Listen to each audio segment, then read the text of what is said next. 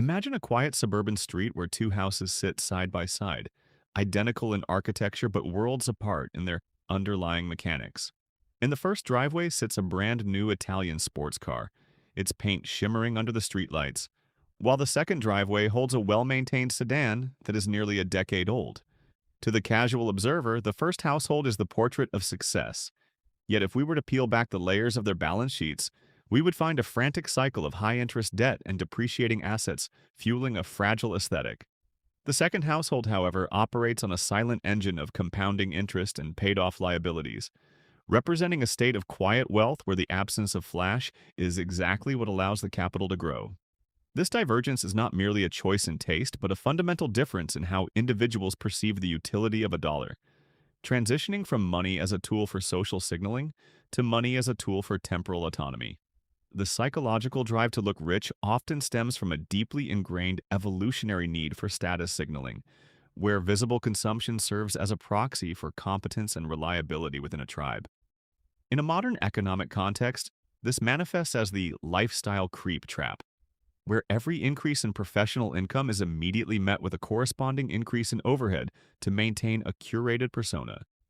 This creates a psychological treadmill, where the individual feels more successful but becomes objectively more vulnerable, as their high burn rate leaves no margin for error or economic shifts. Quiet wealth requires the intentional subversion of this instinct, prioritizing the internal security of a robust portfolio over the external validation of peers. It is the discipline of remaining invisible in a culture designed to be seen, understanding that true financial power is not found in what you can buy, but in what you can afford to ignore. When we break down the mathematics of these two paths over a 20-year horizon, the delta between them becomes staggering due to the mechanics of opportunity cost. Every dollar spent on a luxury lease or a designer label is not just a lost dollar, but a lost seed that could have grown into dozens of dollars through the power of market returns. If an individual redirects the $500 a month they might have spent on status symbols into a modest index fund, averaging 7%, they aren't just saving money, they are buying back years of their future life. Over 2 decades, that single decision results in nearly $250,000 in liquidity, while the status seeker is left with a garage full of outdated hardware and zero equity.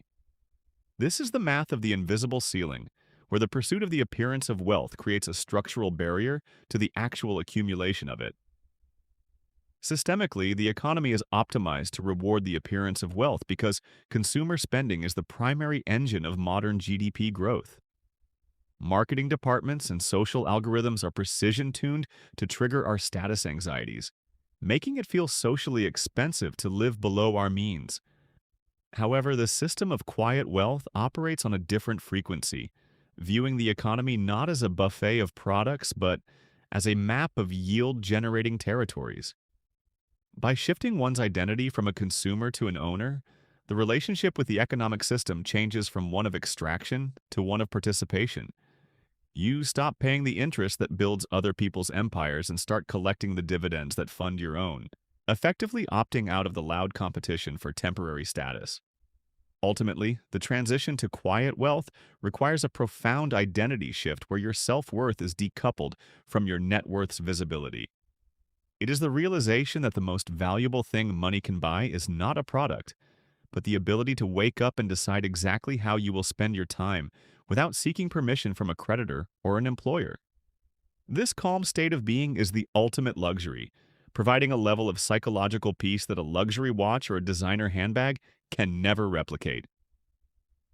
As the script of your life unfolds, the goal is not to be the person everyone notices when they walk into a room, but to be the person who owns the room and feels no need to mention it. By choosing the silent path of accumulation over the loud path of consumption, you secure a future defined by genuine freedom rather than the exhausting performance of prosperity.